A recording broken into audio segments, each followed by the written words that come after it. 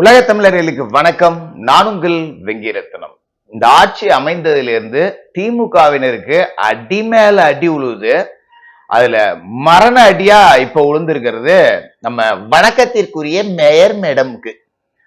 Mayor மேடமுக்கு மட்டும் இதுல அடி உழுவுல. இதுக்கு பின்னாடி சேகர் பாபுவுக்கும் மொரட்டு குத்தா குத்திருக்காங்க. அதுவும் ஊம குத்தா குத்திருக்காங்க. கத்த கூட முடியாது. அப்படியே வச்சு செய்யறாங்க. அதை பத்தி தான் இப்ப நம்ம பார்க்க போறோம். கிட்டத்தட்ட ஒரு 300 கோடி ரூபாய் ஸ்வாஹா. அதை டீட்டெயில்டா பார்க்க போறோம். அதுக்கு முன்னாடி மறைந்த முன்னாள் முதல்வர் அம்மா ஜெயலலிதா அவர்களோட வீட்டை விஜய் அவர்கள் வாங்க போறார் அப்படின்னு பரவலான செய்திகள். இது சாத்தியமா அப்படின்னு பார்த்தா மேக்சிமம் இது வதந்தியா தான் இருக்கணும். என்ன ரீசன் அப்படின்னா, பனையூர்ல இருந்து விஜய் அவர்கள் டெய்லி அலுவலகத்துக்கு சட்டமன்றத்துக்கு வந்துட்டு போறதுக்கு சிக்கலா இருக்கு. அவர் போயஸ் கார்டன்ல ஒரு வீடு பார்த்துக்கிட்டு இருக்கார். ஆதவ அர்ஜுனாவுக்கு சொந்தமான இடம் கூட அங்க இருக்கு. அதை பயன்படுத்த போறார் அப்படிங்கறதெல்லாம் நாம ஏற்கனவே பேசியிருந்தோம். அது உண்மையும் கூட. உண்மையிலேயே போயஸ் கார்டன்ல அவர் இடம் பார்த்துக்கிட்டு இருக்கார். ஆனா அதை வச்சுக்கிட்டு நம்ம ஊடகங்கள் 350 கோடி ரூபாய்க்கு போயஸ் கார்டனை பேசியாச்சு, தீபா கிட்ட பேசி முடிச்சுட்டாங்க, விஜய் வாங்க போறாரு அப்படின்னு சொல்லி கிளப்பி விட்டாங்க. பட் இது சாத்தியமா அப்படிங்கறதையும் நம்ம பாத்துறோம். அதோட இந்த வீடு வாங்கப்பட்டா எப்படி இருக்கும், வாங்கப்படலைன்னா எப்படி இருக்குங்கிறத கொஞ்சம் அப்படியே ஒரு ஓரலா பாத்துருவோம். 350 கோடி அப்படிங்கிறத சாதாரணமா ஒயிட்ல எல்லாம் எடுத்துட முடியாது. ஏன்னா விஜய் அவர்களோட சொத்து மதிப்பே 700 கோடி தான் கொடுத்திருக்காரு. இப்ப 350 கோடி திடீர்னு எடுக்கணும்னா அவரு ஏற்கனவே கணக்கு காட்டின சொத்துக்கள் பல விற்பனை செய்தாகணும். அப்பதான் இதை வாங்க முடியும். இல்லாட்டி பிளாக்ல எல்லாம் கொடுத்து ஒரு சிஎம்ஆல வாங்கிட முடியாது. சாத்தியமே இல்லை. திமுக மாதிரி எதிர்கட்சி இருக்கும்போது கண்கொத்தி பாம்பா பார்த்துக்கிட்டு இருப்பாங்க. அதனால இது மேக்சிமம் வதந்தியா இருக்கிறதுக்கான ஒரு சாத்தியம்தான். ஆனா அதே நேரத்துல இந்த செய்திய ஒரு அதிமுகவினர் எப்படி பார்ப்பாங்க அப்படின்னா, உண்மையிலேயே அந்த அம்மாவை ரசிச்சவன் நான். தலைவினா இப்படி இருக்கணும்டா அப்படின்னு, அந்த போல்ட்னஸ், என்ன வேணாலும் பாத்துக்கலாம் அப்படின்னு. ஒரு உதாரணத்துக்கு சொல்லலாம். அருண்ஜேட்லி அப்ப மத்திய அமைச்சரா இருந்துட்டு அம்மா வீட்டுல உட்கார்ந்துருக்காப்புல. அம்மாவை பாக்குறதுக்கு எதுக்கு சங்கராச்சாரியார அரெஸ்ட் பண்ண போறாங்க. அரெஸ்ட் பண்ண கூடாது அப்படின்னு சொல்றதுக்காக, வேண்டுகோள் விடுக்கிறதுக்காக தூதரா வந்திருக்காப்புல. யாரு அத்வானி போன் பண்ணி, வாஜ்பாய் போன் பண்ணி, யாரு போனுக்கு ரெஸ்பான்ஸ் கிடையாது. தூக்கிடுவான் அவனை அப்படின்னு. அவ்வளவுதான் மேட்ரு. இதுக்காக தான் அருண்ஜேட்லிய நேரில் அனுப்பிச்சு விட்டுருக்காங்க. அப்ப என்ன பண்ணிருக்காங்க, மன்னிக்கணும், ஜார்ஜ் பெர்னாண்டஸ நேரில் அனுப்பிச்சு விட்டுருக்காங்க. வந்த வரம் இதுக்காக தான் வந்திருக்காரு அப்படிங்கிறது தெரியும். உடனே அப்ப அந்த அம்மா என்ன பண்ணிருக்காங்க, ஸ்ட்ரிக்ட் ஆர்டர். உடனே அரெஸ்ட் பண்ணி கொண்டு போய் ரிமாண்ட் பண்ணி பழைய சென்ட்ரல் ஜெயில கொண்டு போய் அடைச்சிட்டு அதுக்கப்புறம் தான் மீட் பண்ணவே வந்திருக்காங்க. வாங்க அப்படின்னு சொல்லி இவங்களை கூட்டு போகும்போது என்ன அப்படிங்கிறப்ப, இது மாதிரி சங்கராச்சாரியாரை அரெஸ்ட் பண்ண போறீங்களா, வேணான்னு உங்கள்கிட்ட சொல்ல சொன்னாங்கன்னு அம்மா சொல்லியிருக்காங்க. ஐயோ, you too late mister Fernandes, கொஞ்சம் முன்னாடியே சொல்லியிருக்க கூடாதா, இப்பதான் அரெஸ்ட் பண்ணி ரிமாண்ட் பண்ணோம், இதுக்கு மேல சட்டம் தன் கடமையை செய்யும், அவர் கோர்ட்ல போய் பெயில் வாங்கிட்டோம், அரெஸ்ட் பண்ணியாச்சே, நீங்க ஒரு 1 hour முன்னாடி சொல்லிருக்க கூடாதா அப்படின்னு கேட்டிருக்காங்க. ஆக்சுவலா அவர் 1.5 மணி நேரமா வெயிட் பண்ணிட்டு இருந்திருக்காரு சொல்றதுக்கு. அப்படிப்பட்ட ஒரு ஆளுமை. இன்னைக்கெல்லாம் சங்கர மடத்து வாட்ச்மேனை கூட யாராலையும் அரெஸ்ட் பண்ண முடியாது.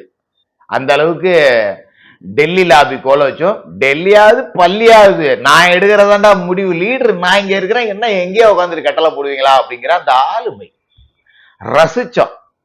அந்த வீட்டை இன்னைக்கு விற்பனை செய்யப்பட்ட அதிமுக தொண்டை எல்லாம் கதறுவோம்.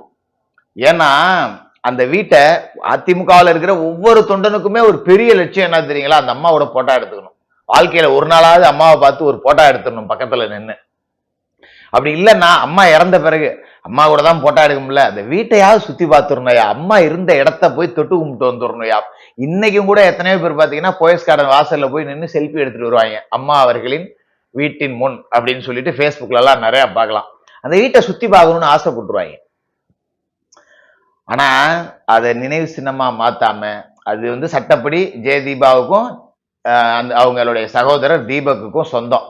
பட் ஆனா அன்னைக்கு ஆட்சி இருந்தது, அதிகாரம் இருந்தது, அதிமுக ட்ரஸ்ட்ல பணம் இருந்தது. இவங்க நினைச்சிருந்தா அன்னைக்கே ஜெயதீபா கிட்ட ஒரு பெரிய தொகையை கொடுத்து அந்த வீட்டிற்கு ஈடா, இன்னும் சொன்னா அதை விட இன்னொரு மடங்கு தொகையை கூட எடுத்து கொடுத்து அந்த வீட்டை வாங்கி அதிமுக சொத்தாக்கி அதை நினைவு சின்னமா பராமரிச்சிருந்தா ஒவ்வொரு அதிமுக தொண்டரும் அப்படியே அப்படி வானத்துல பறந்திருப்பான். கோட்டை விட்டாங்க, பெரிய அளவுல கோட்டை விட்டாங்க. இதுல ஓ பன்னீர்செல்வம், எடப்பாடி பழனிசாமி, சசிகலா இவங்களுக்குள்ள நடந்த உட்கட்சி பிரச்சனையை பாக்குறதுல அதை கோட்டை விட்டுட்டாங்க அப்படிங்கிறது தான் கொடூரத்தோட உச்சம். ஆனா அம்மையார் சசிகலா வந்து நான் இன்னும் அங்கேயே தான் இருப்பேன்னு சொல்லிட்டு எதிர்த்தாப்புலயே இடத்த வாங்கி வீடு கட்டியிருக்காங்க. உங்களால எதிரில இடம் வாங்கி வீடு கட்ட முடியுது, தீபா கிட்டையும் பேசி அதை வாங்கி நினைவு சின்னமா மாத்த முடியாதா? இவங்க சண்டையில தொண்டர்களை தெருவுல விட்ட மாதிரி அந்த வீடு நெய் கிடக்கு. அதனால அத அப்படிதான் அதிமுக தொண்டர்களோட மனநிலை இருக்கும். ஆனா இன்னொரு விதத்துல இதை யோசிச்சோம் அப்படின்னா என்னோட பார்வை இதுதான். நீங்க ஏற்கனவே சொன்ன அந்த இதுவும் இருக்கு. பட் இந்த இன்னொரு விஷயத்துல இதை யோசிச்சோம்னா விஜய் வாங்க போறாரு அப்படின்னா அதை கூட நான் சந்தோஷமா தான் பார்ப்பேன். ஏன்னா ஒட்டுமொத்த இந்தியாவே தவங்கிடந்த ஒரு வீடு, எத்தனையோ ஆளுமைகள் வாசல்ல வந்து தவங்கிடந்திருக்காங்க, தரிசனம் கிடைக்காதா அப்படின்னு சொல்லிட்டு. அந்த வீடு இன்னைக்கு வரி கட்டாம பாக்கியோட கிடக்கு. அங்க இருந்த அந்த செடிகள்லாம் பாத்தீங்கன்னா பட்டு போய் காஞ்சு போய் மரம்லாம் உடஞ்சு போய் பராமரிக்க கூட துப்பு இல்லாம கிடக்கு. இப்படி அது கிடக்கிறத இந்தியாவையே கட்டி போட்ட ஒரு வீடு, பெரிய ஆளுமை நிறைந்த ஒரு வீடு, மறுபடியும் அந்த வீடு சிஎம் வீடாவே இருக்கட்டும் அப்படின்னா அந்த வகையில நான் அதை சந்தோஷமா வரவேற்கிறேன். சிஎம் வீடுடா, அம்மா இருந்தாங்க, இன்னைக்கு விஜய் இருக்காரு, என்ன இப்ப இதுல என்ன தப்பு இருக்கு? சிஎம் வீடு தான். அம்மா இல்லைன்னாலும் அந்த வீட்டிற்கான ஆளுமை இருக்கு அப்படின்னு நான் நினைச்சு சந்தோஷப்பட்டுவேன். அதனால வாங்கினா எனக்கு சந்தோஷம் தான். ஒரு விதத்துல வருத்தமும் இருக்கு, ஏன்னா அதை நினைவில்லமா பராமரிக்கல. நாளைக்கு அதிமுக தொண்டர்கள் நினைச்சா கூட போக முடியாது இவர் வாங்கிட்டாரு அப்படின்னா.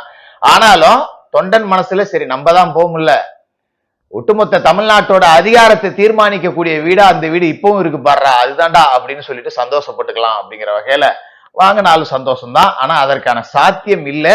முடிஞ்ச வரைக்கும் வாங்கிட்டா எனக்கும் கூட சந்தோஷம் தான், அதை பத்தி எல்லாம் ஒன்றும் கிடையாது அப்படிங்கிறத தெரிவிச்சுக்கிட்டு இப்ப ஸ்ட்ரெயிட்டா விஷயத்துக்கு வருவோம். போன மாசம் அதாவது டிவிகே அரசு ஆட்சி அமைந்தவுடன் சென்னை முழுக்க இந்த நடைபாதை பிளாட்ஃபார்ம் கட்டுறது போறது வர்றதுன்னு ஏகப்பட்ட டெண்டர்ல வந்து 284 கோடி ரூபாய் டெண்டரை வந்து கேன்சல் பண்ணி விட்டாங்க. ஒரு பெரிய இடி. ஏன்னா 284 கோடி டெண்டர் கேன்சல் ஆகுது அப்படின்னா திமுக ஆட்சியில வரையறுக்கப்படாத எழுதப்படாத ஒரு விதி இருந்தது, 35% கமிஷன். அதுல ஒரு பெரிய அடி விழுந்துருச்சு. ஏன்னா ஏற்கனவே டெண்டர் விட்டுட்டாங்கனாலே கமிஷன் எல்லாம் பேசி அட்வான்ஸ் எல்லாம் வாங்கிட்டு தான் அதை விட்டுருப்பாங்கல்ல. இப்ப என்ன ஆகி போச்சு, கிட்டத்தட்ட 700 கோடி ரூபாய் டெண்டர் கேன்சல். வேளச்சேரி மேம்பாலம் உட்பட சென்னை மாநகராட்சியோட 700 கோடி ரூபாய் டெண்டரை இந்த அரசு ரத்து செஞ்சிருக்கு. நான் வரவேற்கிறேன். ஏன்னா மக்கள் நல திட்டங்கள் அதை போய் கேன்சல் பண்ணாங்க, நீங்க வரவேற்கிறீங்களே அப்படின்னு நீங்க கேட்கலாம். பட் அதாவது பொதுவா அரசியல்வாதிகளோட புத்தி எப்படி இருக்கும் அப்படின்னா, ஒரு 100 கோடி ரூபாய் ஒரு ஸ்கீம் அறிவிக்கிறாங்க அப்படின்னா ஒரு 800 கோடி ரூபாய்க்கு அந்த ஸ்கீமுக்கு செலவு பண்ணிட்டு 200 கோடி ரூபாய் ஆட்டையை போட்டுருவாங்க. ஆனா திமுக 800 கோடி ஆட்டையை போட்டு மிச்சம் மீதி ஏதாவது இருந்தா 200 கோடியில தான் செலவே பண்ணுவாங்கிற லெவல்ல தான் இருந்தது. அதாவது ஸ்கீமை போட்டு ஸ்கேம் பண்ற அரசியல்வாதிகளுக்கு மத்தியில ஸ்கேம் பண்றதுக்காகவே ஸ்கீம் போடுற ஒரே நபர்கள் திமுகவினர். அதுல மாற்று கருத்தே இருக்க முடியாது. எந்த ஒரு திட்டத்தை எடுத்தாலும் அதுல கட்டிங் இல்லாம வாய்ப்பே கிடையாது. அந்த வகையில 700 கோடி ரூபாய் டெண்டர் ரத்து செய்யப்பட்டிருக்கு அப்படிங்கிறது மாம்பெரிய பாறையை தூக்கி பிரியா தலையில போட்ட மாதிரி இருந்துச்சு. பொறுக்கறீர் அப்படின்னு சொல்லிட்டு இதுல நான் இதை பேசுவோம். அதுக்கு முன்னாடி திமுகவினரோட பதிவுகள் சிலதை பார்த்தேன். இந்த டிசம்பர்ல வெள்ளம் வரட்டும்டா, ஒட்டுமொத்த மெட்ராஸ்காரனும் நார போறீங்கடா, எல்லாம் வெள்ளத்துல அடிச்சு சாவுங்கடா, அப்பதான்டா இதுமே விஜய்க்கு ஓட்டு போட மாட்டீங்கன்னா சபாஸ்ரா சபாஸ் அப்படின்னு இருந்தேன். இதை பதிவு போட்டதுக்கு புறம் பாத்தீங்கன்னா திமுக நிறைய பேர் ஷேர் பண்ணிட்டு இருந்தாங்க. மழை வந்த உடனே மெட்ராஸ்காரெல்லாம் சாப்பிட்டோம், சூப்பர் எண்ணம் பார்த்துங்க அவனுங்களுக்கு. ஏண்டா 200 இதுதான் 200ங்களை போட்டு புழகிறது. 4000 கோடி ரூபாய் பேக்கேஜ் நொட்டுனீங்களே, மெட்ராஸ் வெள்ளத்துல ஃபுல்லா போகுது அப்படின்னா 4000 கோடி நீங்க வாக்கரிசி போட்டுக்கிட்டீங்கன்னு தானடா அர்த்தம்.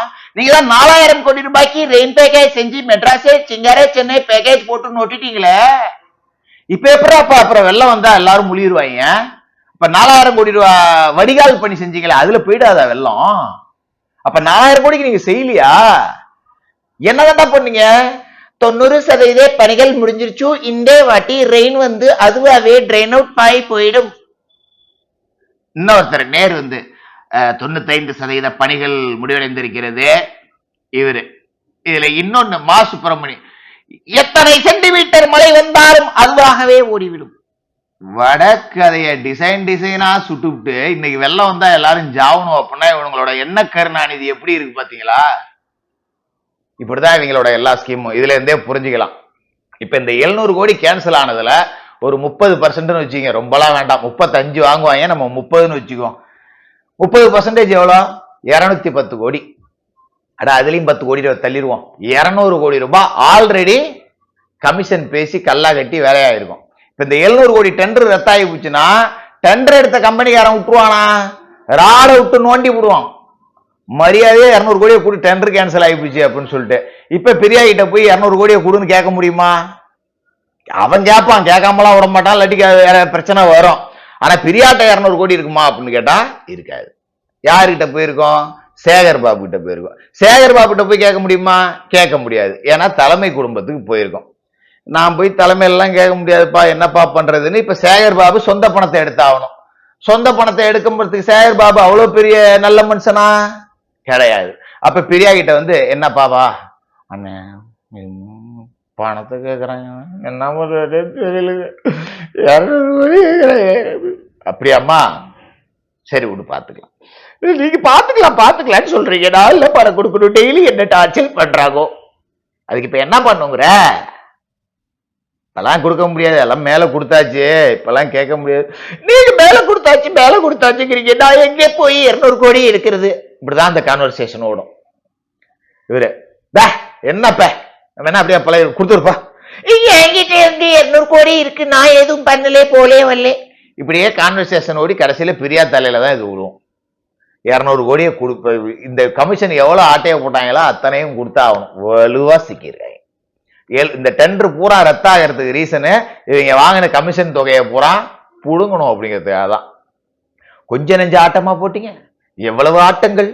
சேகர் பாபுலாம் ஆளுங்கட்சியா இருக்கும்போது விஜய் குளத்தூர் வர்றதை தடை போட்டுறீங்க, தோல்வி பயத்தால தான் தடை போடுறீங்க, காய்ச்சல் கொடுக்குறீங்க, அப்படியா விஜயா? இந்த தூய்மை பணியாளர்கள் பிரச்சனையில இந்த நீலம் பண்பாட்டு மையம் யூடியூப் சேனல்ல போய் பேட்டி கொடுக்குறாங்க. யார் நீனு? என்ன டிவி? நீலம் டிவி சேனலுக்கு தான் பேட்டி விடுவது, யூடியூப்லாம் பேட்டி விடுவதில்ல, போ தாண்ட உன்னெல்லாம் கூப்பிடுறதில்ல போ. ஆட்சி முடிஞ்ச பிறகு அதே நீலம் சேனல்கிட்ட போயிட்டு நீங்களாம் எங்களுக்கு வந்து உறுதுணையா இருக்கணும். எப்படி பாத்தீங்களா, இவங்க ஆட்சியில இருந்தாங்க அப்படின்னா தமிழ்நாடு இவங்க அப்ப வீட்டு சொத்துங்கிற எண்ணம் வந்தது பாத்தீங்களா? அப்ப அடிச்ச கமிஷனு அவங்க அப்ப வீட்டு சொத்து அத்தனையும் சேர்ந்து இப்ப உருவி எடுக்க போறாங்க. அதுதான் நடக்கும், நடக்கும் அப்படிங்கிற நம்பிக்கையோட தொடர்ந்து பேசுவோம்.